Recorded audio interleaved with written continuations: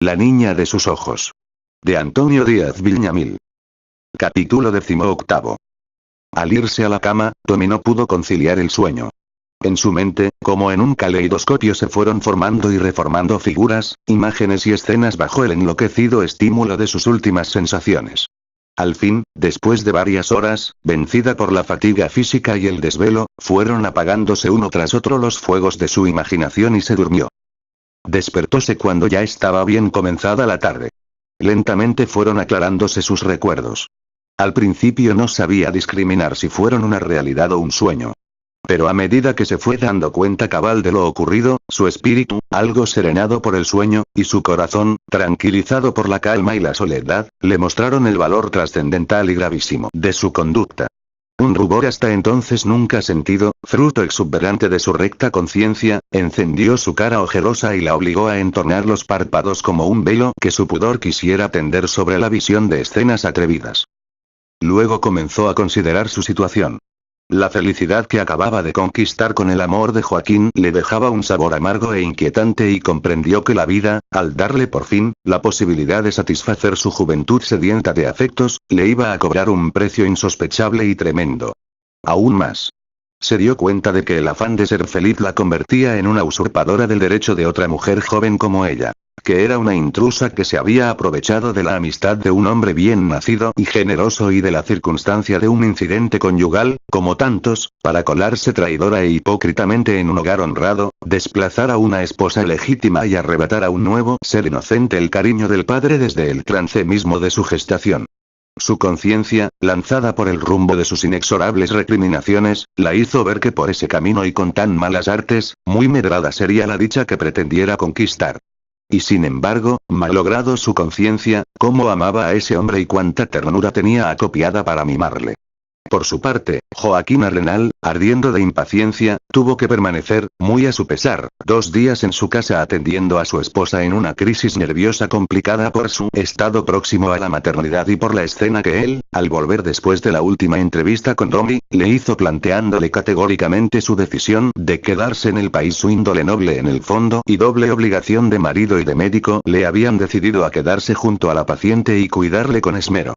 Para conducirse así, había tenido que frenar el violento deseo de recorrer en pos de su amada a renovar su apasionado idilio. Al tercer día Liliana estuvo restablecida. Arenal juzgó que ya podría llegar a un acuerdo con su esposa. Con sumo tacto persuasivamente fuele exponiendo la situación. Arenal se desconocía a sí mismo al escuchar sus propias palabras y sus argumentos. Él, que siempre había procedido sin tapujos, con entera sinceridad, ahora, ocultando cuidadosamente el verdadero fin que perseguía, habló y encareció de tal manera a Liliana que llegó a convencerla de que viajar sola a la casa de sus padres. Al lograr esta solución, respiró taimadamente, satisfecho de haber asegurado su libertad. El hecho de que su esposa hubiera aceptado volver sola a su tierra tampoco era sorprendente. Era la demostración no ya de su repugnancia y prejuicios por el país de su marido, sino también el inminente enfriamiento de su afecto conyugal. Entre vivir en esa tierra de indios por solo continuar junto a Arenal, ella prefería 1000 veces volver a su patria en la que, ella lo sabía muy bien por su educación y su ambiente, los lazos conyugales importan menos que ciertas otras cosas y alicientes que allá encontraría una muchacha joven y bonita como ella. A falta de la asistencia material del esposo no le faltarían recursos y formas para vivir en su tierra como le pluguiera. Mucho más, si como se lo había ofrecido Joaquín llevaría para el viaje una buena cantidad de dinero, producto de la venta de la casa solariega, y la seguiría asistiendo periódicamente con una pensión suficiente para el sustento de ella y del niño que naciera. Estos últimos acuerdos disiparon el disgusto de Liliana. La rara generosidad y desprendimiento económico de su marido, fueron el más decisivo argumento. «Ah, Moncherie», exclamó en un rapto espontáneo de gratitud, aproximándosele con las blancas manos extendidas para tomarle la cabeza y besarle los labios. «Buetes tres gentil». Joaquín sintió insípido ese ósculo pero fingió contento y hasta retribuyó la demostración, sonriendo y pensando para sí que muy pronto, en la sensual y cálida boca de Domi olvidaría el sabor de ese beso mercenario. En cuanto dejó a Liliana libre de cuidado y, sobre todo, determinada a marcharse sola, Joaquín fue volando a casa de Domi. Subía ya las gradas que desde el viejo patio conducen al departamento de su amada cuando lo detuvo desde abajo la voz de doña Saturnina. Doctor, ¿está usted subiendo a lo de la chica? Sí, señora. No está, doctor. Qué lástima. Deseo verla con urgencia, se lamentó, mientras bajaba lentamente la escalera. Más bien, la Domi me ha dejado una carta para usted. La chola fue corriendo hacia una de las habitaciones de la planta baja y volvió con el recado. Tomó la carta el doctor Arenal y hubiera querido abrirla y leerla allí mismo o salir inmediatamente para hacerlo, pero fue detenido por la locuacidad amable de doña Saturnina. Ay, doctor. Yo no sé por qué esta chica se está volviendo más arisca cada día. Primero era así con nosotros no más. En fin, eso siquiera era porque a la chica, siendo tan alajita y estando al merecer, no le gusta que su padre sea un mozo y que yo tenga pollera. Más bien se metía con sus amigas y estaba contenta. Pero, estos días pasados han venido a buscarla con automóvil y todo unas señoritas bien dijes y educadas que antes eran sus compañeras inseparables y ella les ha dado con las puertas en las narices y poco ha faltado para que a empujones les haga rodar las gradas. Viera usted, doctor, a mí nomás me ha dado vergüenza de las caras con que se han ido esas señoritas. Y, ahora, le diré con franqueza, parece que a usted tampoco quiere verlo. Así me ha encargado desde anteayer. Eso que hace con usted es ya demasiado. A ver. ¿Acaso usted no me la ha curado con tanto cariño? Ay. Pero esta mi chica no sé siempre qué es lo que tiene contra las gentes. Hasta con usted portarse así. Ahora, la vez pasada por tenerla contenta hasta comedor nuevito se lo hemos hecho amoblar. Viera usted qué tal lindo. Apenas una vez ha bajado a almorzar y no ha querido volver a comer con nosotros. Ay, doctor. ¿Qué siempre será lo que tiene esta nuestra hija? Doña Saturnina comenzó a hacer ridículos pucheros y a sonarse ruidosamente las narices con el vuelo de su pollera interior, para, luego proseguir su quejumbrosa cháchara. Arenal, que deseaba verse solo para leer la misiva, aprovechó del breve silencio de la chola para despedirse. En cuanto estuvo en la calle abrió el sobre y leyó el contenido. Doctor y amigo. Perdóneme por los excesos de mi sentimentalismo imprudente que en el último día en que estuvimos juntos le provocaron a una situación equívoca. Yo le debo gratitud que no puede pagarse con un tesoro, menos desquiciando su hogar para enlodarlo y arrebatar su cariño paternal a un ser inocente próximo a venir al mundo. Le juro a usted que me declaro culpable por haber confundido la veneración que siento por usted con un amor egoísta y vedado, del que quiero curarme a costa de cualquier sacrificio. Felizmente, nos hemos detenido a tiempo de lanzarnos por un camino de ignominia irreparable.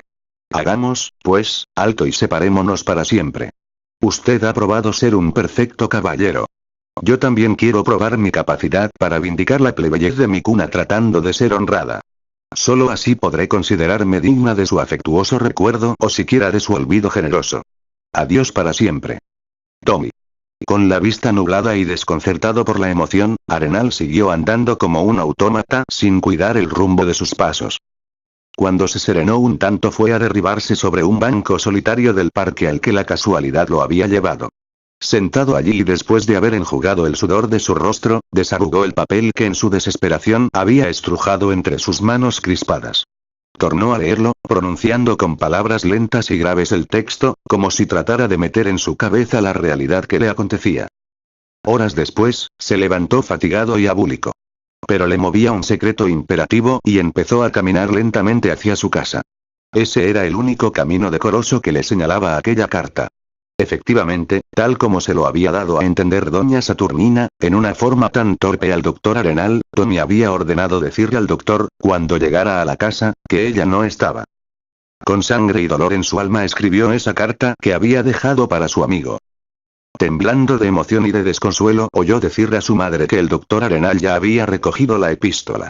Se metió en su cuarto y lloró para desahogar su tormentosa amargura. No solamente el amor y la felicidad a que tenía derecho por su juventud y su belleza le estaban vedados. También había tenido que renunciar al derecho de tener un amigo y confidente. Sin embargo, a pesar de estar sola y dolorida como nunca, Tommy ya no desesperó. Quién sabe si de su ancestro recibió la remota herencia de las virtudes y acervo moral de alguna mujer prócer, herencia espiritual que pudo haberse concretado con la educación recibida. Por eso, sin flaquezas ni vanos alardes sentimentales, Tommy resolvió dar las espaldas a su pasado y se quedó serena aunque melancólica a buscar una norma para su vida. En tal estado de ánimo se hallaba cierto día, con un libro entre las manos, contemplando desde el corredor el patio de su casa, mirando entretenida los afanes de su madre y los sirvientes que recibían a sus caseros de fruta y también a otros indígenas del altiplano que acostumbraban comprar fruta para llevar a sus estancias. Estas escenas que se habían repetido constantemente desde cuando Domi era pequeña, antes de que fuera al colegio, solamente ahora despertaron su interés. Llamó su atención un indio anciano y de cierto aspecto venerable que parecía presidir a otros 4 que debían ser de su misma comarca, a juzgar por la semejanza de su indumentaria. El viejo y sus compañeros habían llegado el día anterior con un cargamento de chalonas, tasajo de cordero, chuño y otros productos de la meseta y debían retornar llevándose naranjas, plátanos y demás frutas del valle. Como era costumbre, cuando se trataba de clientes conocidos, la dueña de casa les había concedido alojamiento para ellos en un rincón del patio interior y para sus bestias en el corralón del fondo. En el momento en que Domi los observaba, el viejo indio y sus compañeros, sentados en cuclillas sobre el suelo, alrededor de un tabi, tejido indígena, que contenía hojas de coca, mientras masticaban la hierba aromática según su costumbre, comentaban sobre algún asunto que parecía tenerlos muy preocupados. Domi, picada en su curiosidad, procuró colocarse muy cerca para oír lo que hablaban. Desde pequeña entendía el idioma vernáculo. Sin perder una palabra de lo que decían los indios, entendió que estaban cambiando ideas acerca de cómo y a quién deberían presentarse a solicitar un maestro para la escuela de su comunidad, allá en su tierra. La muchacha, impulsada por un sentimiento espontáneo y generoso, se ofreció a ser ella misma la que los condujera ante las autoridades respectivas para expresar su pedido. Pocas horas después, el grupo de indios seguía lleno de gratitud y respeto a Domi hasta las oficinas del Ministerio de Educación. La muchacha, constituida de por sí en asesora de los peticionarios, presidió el grupo para entrar a la oficina del funcionario encargado de atenderlos. El atractivo físico de tan linda asesora ganó en favor de los indios una rara y benévola acogida, lo cual era ya mucho, porque de haberse presentado solamente ellos hubieran tenido que hacer antesala de horas y quién sabe de días. Domi en breves frases anunció de lo que se trataba y pidió que su petición fuera atendida. Luego el anciano dijo ser el cacique y representante de la comunidad de Coyamarca para la cual pedía un maestro a fin de que se reabriera la escuelita campesina comunal hacía varios años clausurada. Siguió el viejo haciendo consideraciones que abundaban en repeticiones y detalles en una jerga monótona. La respuesta del funcionario fue decepcionante. Les manifestó que estaba ya cerrado y en pleno curso el presupuesto del año y que no existía ni se podía crear la partida destinada a sostener el maestro que solicitaban. El cacique y sus coterráneos escucharon impasibles la negativa. Estaban acostumbrados a recibir esta clase de respuestas de las autoridades en todas sus peticiones. Por eso, y como si de antemano hubieran conocido el resultado, el viejo manifestó: Tata. Nosotros no queremos que el gobierno pague a ese maestro. Lo que pedimos es, únicamente, que se nos proporcione a la persona a la cual nuestra comunidad ha de pagar. El funcionario alabó el empeño que demostraban aquellos indios por su culturización, pero acabó expresando: desgraciadamente, tampoco esto podemos hacer. No hay maestros disponibles. Profundamente desalentados salieron Domi y los indígenas del ministerio. El cacique, habituado como todos los de su raza a sufrir muchos más graves contratiempos, guardó mansamente su disgusto, lo mismo que sus compañeros. En cambio Domi, no se conformó a aceptar sin comentario lo que había pasado. Nunca he creído que ustedes estuvieran en la ignorancia nada más que por culpa de las autoridades. Así es, niñita. Nosotros y nuestros hijos tenemos sed de aprender. Pero, ya ves cómo nos han despedido. No se desalienten, les respondió la muchacha. Yo les voy a ayudar a buscar a alguna persona que quiera ir de maestro. Ojalá, niñita. Fuera de su paga, le proporcionaremos alojamiento, víveres y servidores en la comunidad. Tengan paciencia. No ha de faltar una buena persona que quiera ir. Consecuente con el ofrecimiento que hiciera a los indios de buscarles un maestro. Domi salió a cumplirlo esa misma tarde. Recordó de un viejo maestro que durante muchos años había vivido en la casa de enfrente. Fue enseguida a buscarlo. Cuando le dijeron que ahora vivía en otro barrio bastante lejano de allí, se fue en pos de la nueva dirección sin darse descanso. Al ayudar a los indios en su empeño, ya había sentido, por primera vez en su vida, una dulce satisfacción, serena y noble de hacer el bien al prójimo. Un alivio para su vida hasta entonces sin sentido y una interesante distracción para sus horas muertas la embargaban y la incitaban a seguir en el empeño iniciado. Después de laboriosas averiguaciones pudo dar con el que buscaba. Encontró al maestro mísero y enfermo.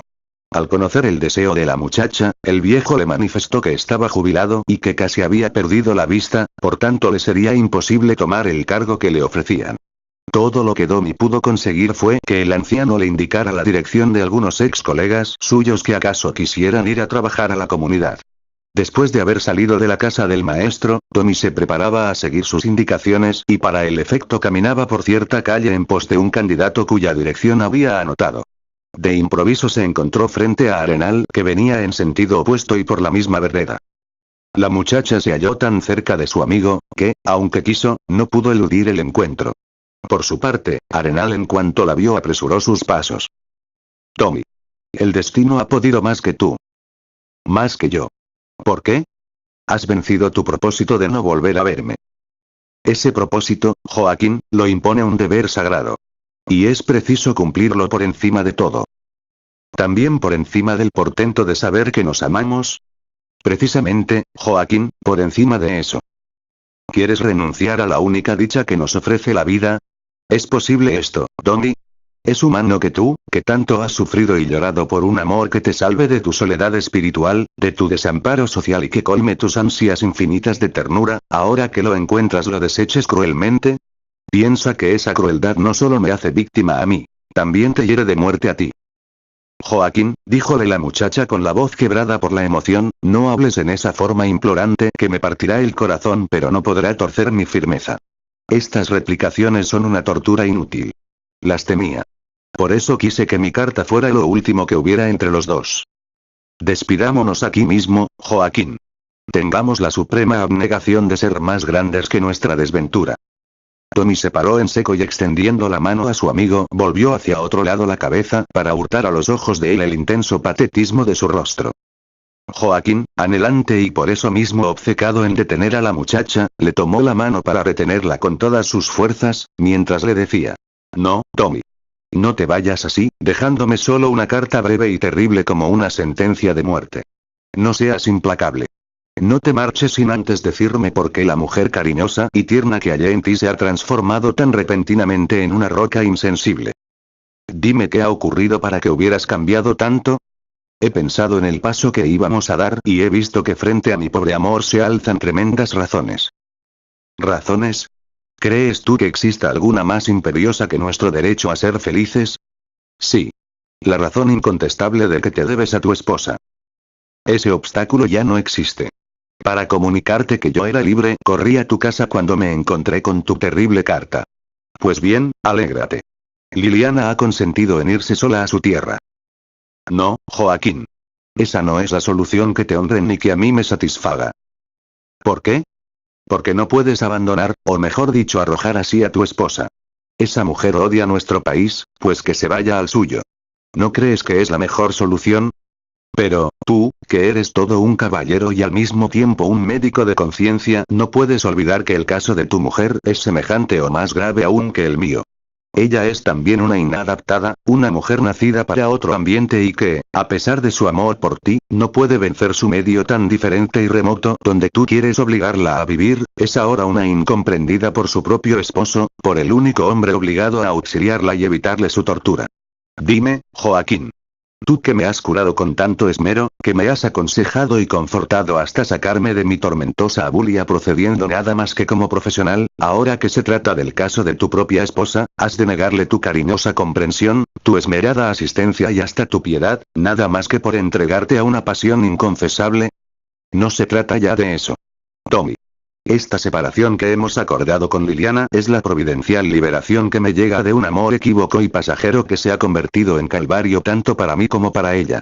Es una liberación que me permite conocer en ti lo que es el verdadero amor. Joaquín. Aunque fuera verdad lo que dices, hay empero otro deber ineludible y sin excusa. Tu deber de futuro padre.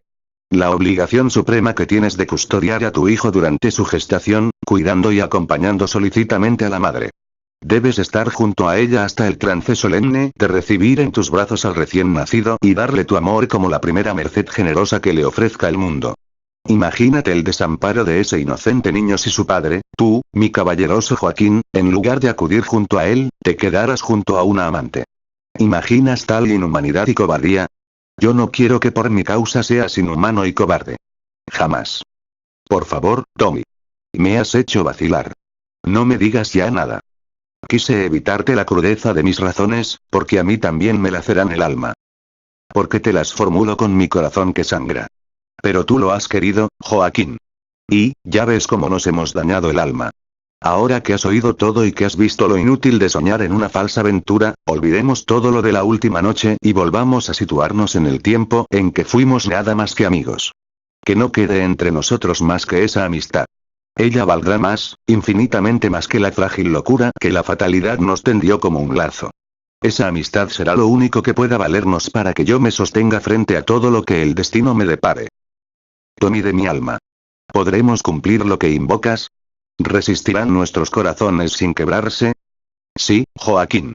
Debemos hacerlo aunque nos cueste la vida. La vida. ¿Qué importa si hemos de vivirla separados? Vivamos, pues, así. Infelices, pero dignamente, heroicamente. Amargados si quieres, pero sin delinquir en nada que más tarde nos cause mutuo menosprecio. Tú, sigues siendo el caballero, el grande y dilecto amigo que supo avivar mi fe y arrancar mis desesperanzas y vuelve al lado de tu esposa y de tu hijo a ser lo que siempre has sido por naturaleza y noble cuna.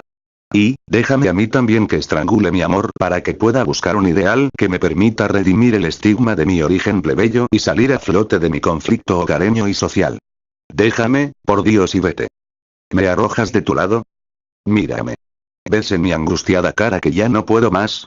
¿No te das cuenta de que estoy a punto de arrodillarme para rogarte que te alejes? Y al decir esas palabras, Tommy parecía realmente que iba a abatir su bella silueta como si se fuera a derrumbar agobiada por un peso enorme.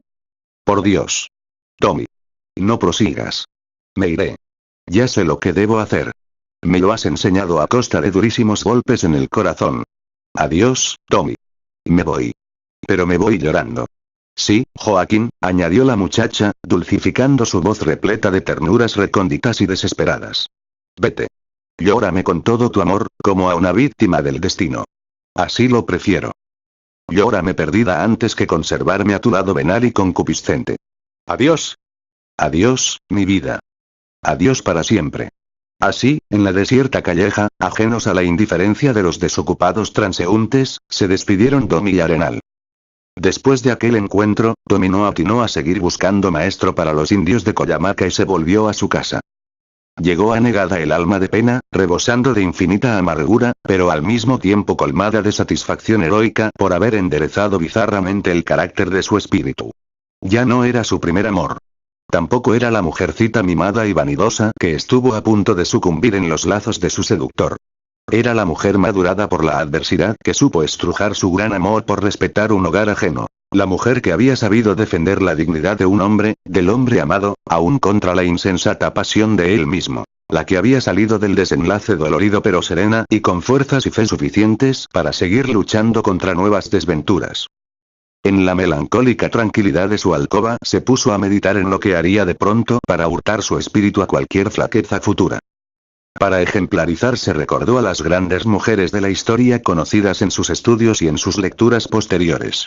Las dos Juanas, la de Arco y la Azurduy de Padilla, batalladoras y heroicas no le sugerían, empero, la posibilidad de imitarlas porque la oportunidad en el tiempo y en la causa eran muy diferentes con su situación. Las grandes santas, Teresa de Jesús y Rosa de Lima, místicas y sublimes en sus virtudes, no encuadraban con su fe cristiana casi destruida por el escepticismo. Las eximias mujeres de letras, la Ibarburu y la Mistral tampoco podían ejercer influjo sobre el espíritu de Tommy que anhelaba una acción más práctica e inmediata dentro del estrecho mundo en que vivía y deseaba actuar a su manera. En ese afán de buscar y buscar vanamente en sus meditaciones y recuerdos el ejemplo y el camino a seguir, se durmió obligada por la necesidad fisiológica de su agotado organismo.